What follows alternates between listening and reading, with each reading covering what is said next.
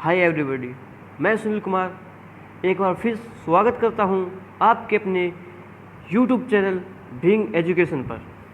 दोस्तों, ये हमारी इंडियन पॉलिटी की दूसरी वीडियो रहेगी जिसमें हम पढ़ेंगे कि मूल संविधान में कितनी अनुसूचियां थी, अब कितनी है और इन्हें कब जोड़ा गया। पहली वीडियो में हमने संविधान की प्रस्तावना के बारे में जाना था, जिसमें हमने प्रस्तावना क्या है, कब, कहाँ से ली गई और क्या संविधान का भाग है या नहीं के बारे में पढ़ा था। यदि आपने पहली वीडियो नहीं देखी है तो नीचे बायो में दिए गए लिंक पर क्लिक करके देख सकते हैं। यदि वीडियो अच्छी लगे तो like, comment, share and must subscribe. तो दोस्तों, हम अपनी दूसरी वीडियो शुरू करते हैं। दोस्तों, 26 जनवरी 1950 जब हमारा संविधान लागू किया गया, यानी मूल संविधान में केवल 8 अनुसूचियां थी, जो अब बढ़कर 12 हो गई हैं। अब हम इनके बारे में विस्तृत चर्चा करते हैं, जिसमें सर्वप्रथम अनुसूची 1 के बारे में हम पढ़ते हैं, जिसमें देश में राज्य व केंद्र शासित प्रदेशों की जानकारी दी गई है। निर्मित राज्य तेलंगाना, जो 2014 में आंध्र प्रदेश से अलग होकर भारत का 29वां राज्य बना। वर्तमान में भारत में केवल 28 राज्य हैं, क्योंकि जम्मू व कश्मीर के 370 धारा के विशेष दर्जे को समाप्त कर 5 अगस्त 2019 को 2 नए केंद्र शासित प्रदेश बना दिए गए, जिस कारण हमारे देश में 28 राज्य व 9 केंद्र शासित प्रदेश बन गए। किंतु वर्तमान में 26 जनवरी 2020 को दमन व दीव और दादर नगर हवेली को मिलाकर एक केंद्र शासित प्रदेश बना दिया गया, जिस कारण अब वर्तमान में हमारे देश में 28 राज्य है व 8 केंद्र शासित प्रदेश हैं। अनुसूची 2, जिसमें पदाधिकारियों के वेतन का जिक्र किया गया है, जिसमें राष्ट्रपति, उपराष्ट्रपति, प्रधानमंत्री व सर्वोच्च न्यायालय के न्यायाधीशों का वेतन दिया गया है।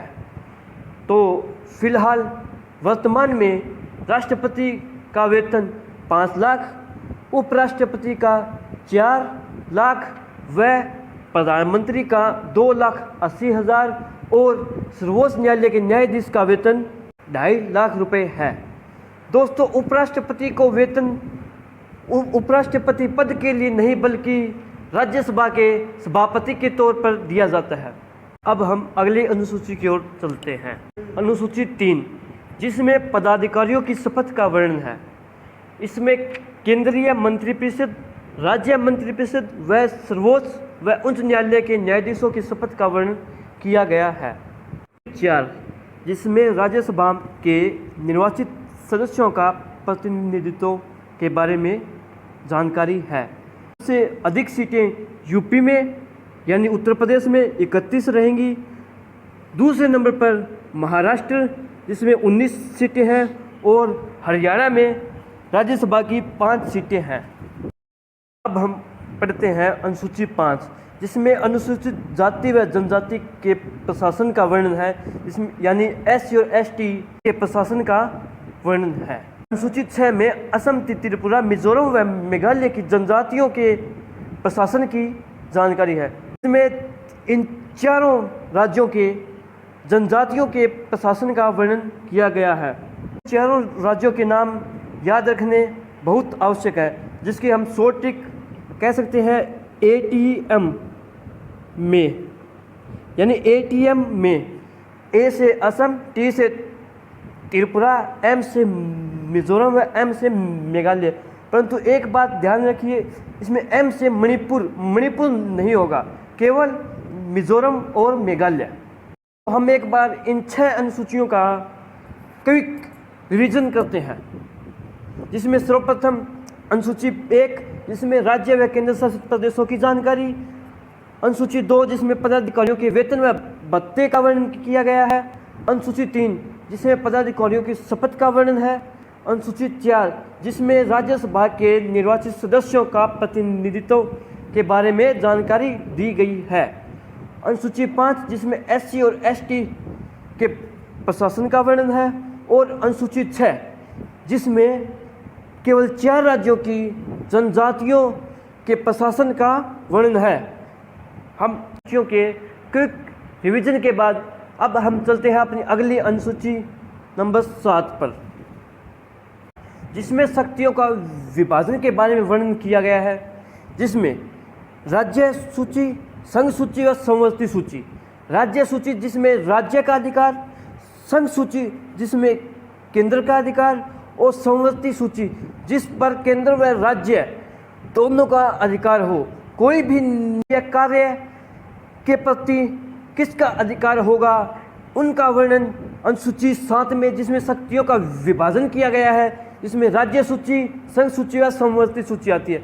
राज्य सूची में किसी भी निर्णय या कार्य पर राज्य का अधिकार होगा, संघ सूची में केंद्र का अधिकार, समवर्ती जिसमें केंद्र व राज्य दोनों का अधिकार होगा।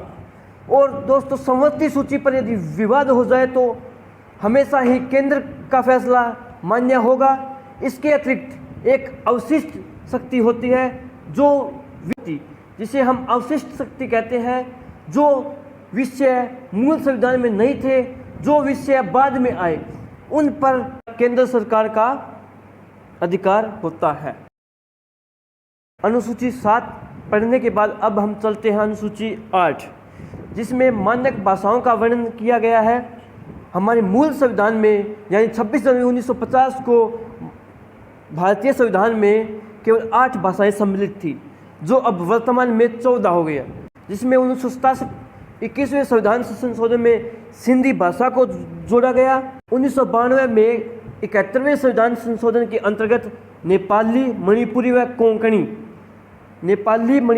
कोंकणी 3 भाषाओं को इसमें सम्मिलित किया गया। और 2003 में 92वें संविधान संशोधन के अनुसार बोडो, डोंगरी, मैथिली व संथाली 3 भाषाओं को जोड़ा गया था। यदि आपको याद न रहे कि कौन सी भाषा कब जोड़ी गई थी, तो जैसे 1967 21वां संविधान संशोधन केवल एक भाषा सिंधी, 92 71वां संविधान संशोधन जिसमें 3 भाषाएं नेपाली, मणिपुरी व कोंकणी, एन से नेपाली, एम से मणिपुरी व के से कोंकणी, यानी हम नमक नाम भी याद रख सकते हैं। नमक से एन से नेपाली, एम से मणिपुरी व के से कोंकणी। इसी प्रकार 2013 92वां संविधान संशोधन, जिसमें BDMS बदमाश, यानी बी से बोडो, डी से डोंगरी, एम से मैथिली और एस से संथाली, हम बदमाश से इसे याद कर सकते हैं। अब अनुसूची 9, जिसमें भूमि सुधार से संबंधित निर्णय लिए गए थे। जो भूमि सुधार से संबंधित है, यह एक 1951 पहला संविधान संशोधन, जिसके तहत भूमि सुधार से संबंधित कई निर्णय लिए गए। इसमें आर्टिकल 31 जो संपत्ति का अधिकार था, उसमें 2 नए नियमों को जोड़ा गया था। अनुच्छेद 31 भाग ए या भाग 1, इसमें बताया गया यदि कोई राज्य सरकार या केंद्र सरकार यदि किसी भी राज्य की भूमि छीनेगी तो उसे एक एक्ट पास करना पड़ेगा। और 31 के भाग 2 में यह कहा गया था कि व्यक्ति किसी सामाजिक हित के लिए की जा सकती है, न कि किसी व्यक्तिगत हित के लिए।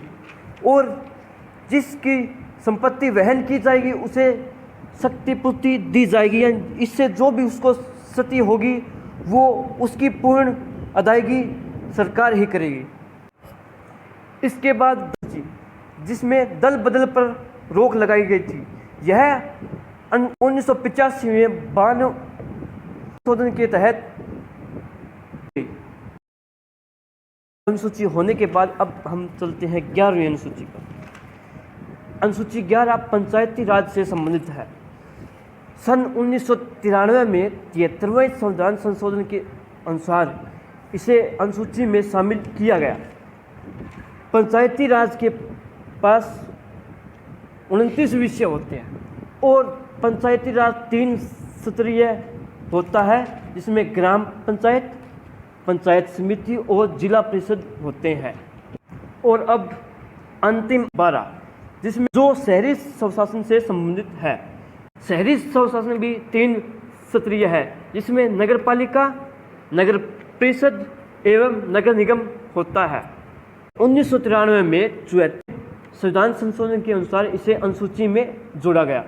शहरी स्वशासन के पास 18 विषय होते हैं। 12 अनुसूची होने के बाद अब हम एक बार इसका क्विक रिवीजन करते हैं, जिसमें अनुसूची 1 में राज्य व केंद्र शासित प्रदेशों की जानकारी, अनुसूची 2 पदाधिकारियों का वेतन, अनुसूची 3 पदाधिकारियों की शपथ, अनुसूची 4 राज्यसभा के निर्वाचित सदस्यों का प्रतिनिधित्व, अनुसूची 5 SC व ST के प्रशासन का वर्णन, अनुसूची 6 जिसमें केवल 4 राज्यों की जनजातियों के प्रशासन का वर्णन मिलता है, अनुसूची 7 जिसमें शक्तियों का विभाजन, अनुसूची 8 जिसमें भारत की मानक भाषाओं का वर्णन किया गया है, अनुसूची 9 जो भूमि सुधार से संबंधित है, 10 दल बदल और 11 में पंचायती राज एवं 12 में शहरी स्वशासन।